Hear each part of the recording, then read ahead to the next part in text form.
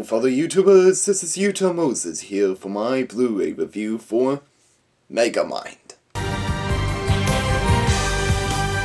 The movie tells from a bad guy's perception of fighting against the superhero, and it tells about how Megamind fights against Metro Man in the city of Metro City through the years and always lost, but at one point there is a point where he finally wins and killed Metro Man, and he takes over the city and enjoys his victory up until he feels empty inside and has nothing else to accomplish behind it, so he decides to create his own superhero and go back to the good old days. But things don't go according to plan. Now, this is a good movie among Dreamworks animated films. There are a lot of great jokes that I laughed to, and I like how it focuses on the midlife crisis of a bad guy, and it kind of reminds me of that episode of Batman, where Batman gets killed by an average criminal, and we see the Joker in one part of the episode where he feels uninspired to do any criminal stuff.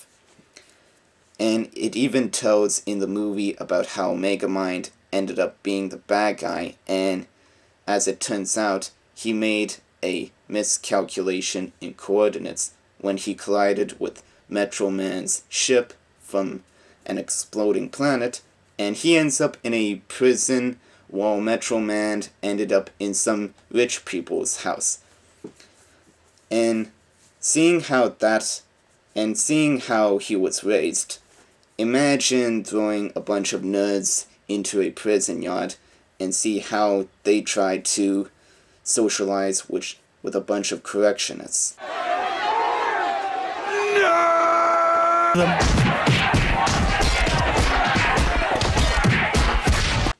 I thought Will Ferrell did a good job doing the voice for Megamind, and if the trailers didn't advertise his name in it, then I thought that a lot of people wouldn't have known that it was him doing the voice, and I really liked his impersonation of Marlon Brando when his character goes into disguise.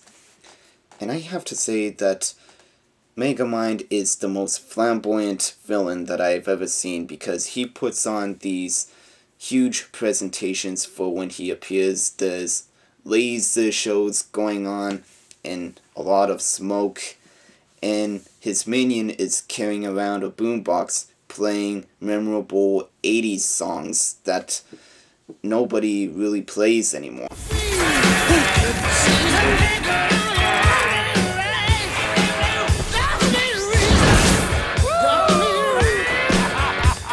Drop 'em!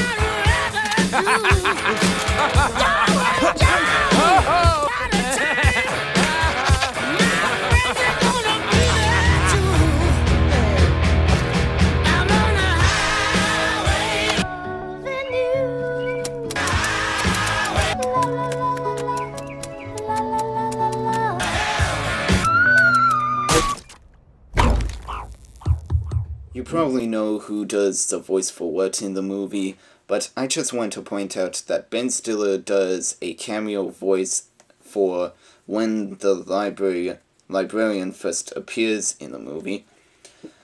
And when Megamind's plan has backfired for when he tries to turn the hero named Titan into a superhero, it makes sense why he wants to be a bad guy, because there's no one else stronger than him that can stop him, and he pretty much is unstoppable, so wouldn't you turn into a bad guy as well if any of that happened? Now, my couple complaints about Megamind, and the first one goes for all the other animated DreamWorks films, is that they always throw in a dance or musical cue at the end. And I know this is for the kids out there, but damn, that's happening way too often in these kinds of films. And another one is the Roxanne character, voiced by Tina Fey, the reporter. I thought the romantic subplot was getting way too far in the way with the main story, and could could have dropped that a bit. So overall, this is a really fun family film to watch, and it gives a moral message about choosing your destiny, coming along with such other predictable plot twists. But hey, if you can enjoy the humor, then that's what really matters about it. Out of 5, I give it 3.5 stars out of 5.